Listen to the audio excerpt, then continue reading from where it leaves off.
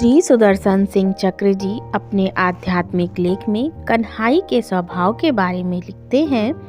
आप दूध, तुलसी, जल, फूल क्या चढ़ा रहे हैं, इसे कौन देखता है। गोप का नन्हा बालक कहाँ समझता है कि पूजा क्या होती है और कैसे होती है।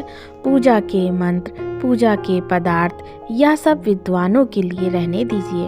आप कर लीजिए पूजा जैसे आपको आती हो। यह देवता नहीं है, पत्थर है। लोगों ने कहा, हाँ पत्थर है। गोपाल को तो अनुकरण करना ही आता है, उसे खिलौनों से खेलने में आनंद आता है। तो सखा जब कोई खिलौना धड़ाम से पटक कर फोड़ देते हैं तो उसमें भी आनंद आता है। वह तो उछल कूद करके ताली बजाता है। ईश्वर नहीं है, आपने कहा।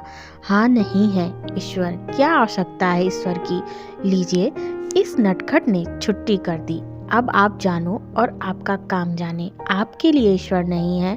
आपको अब ईश्वर से कोई सहायता, स्नेह, सुविधा पाने की आशा नहीं करनी चाहिए। ईश्वर आपके निर्माण, पतनोत्थान में टांग अड़ाने अब नहीं आएंगे। आप उसके विधान में टांग अड़ाएंगे। इस धोखे में मत रहिए।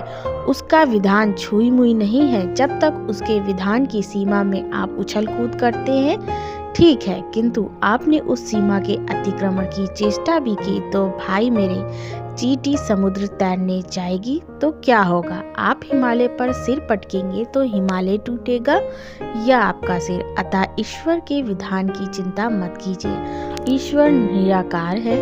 वह अत्यंत दयालु, सर्वज्ञ, सर्वसमर्थ होकर आपसे तटस्थ कैसे रह सकता है। अब आप उसकी दया पर, उसकी सामर्थ्यपूर्ण सहायता पर निर्भर रह सकते हैं। आप पुकारिए, आप प्रार्थना कीजिए, वह सुनेगा। नहीं सुनता, यह आपने क्या कहा। ऐसा कैसे हो सकता है कि आप पुकारे और आपका सर्वज्ञ, अनंत, दयालु, सर्वसमर्थ ईश्वर ना सुने।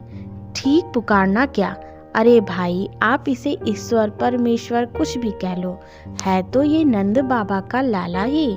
बाबा ने इसे कुछ पढ़ाया लिखाया नहीं। गोप बालक वैसे भी गुरुकुल नहीं जाते और श्याम तो अभी नन्हा है। इसे कहाँ संस्कृत या पद भजन समझ में आते हैं। लच्छेदार भाषा यह समझता कहाँ है। यह समझे ऐसी भाषा में आपने इसे पुकारा। कौन सी भाषा यह समझता है। केवल हृदय की भाषा।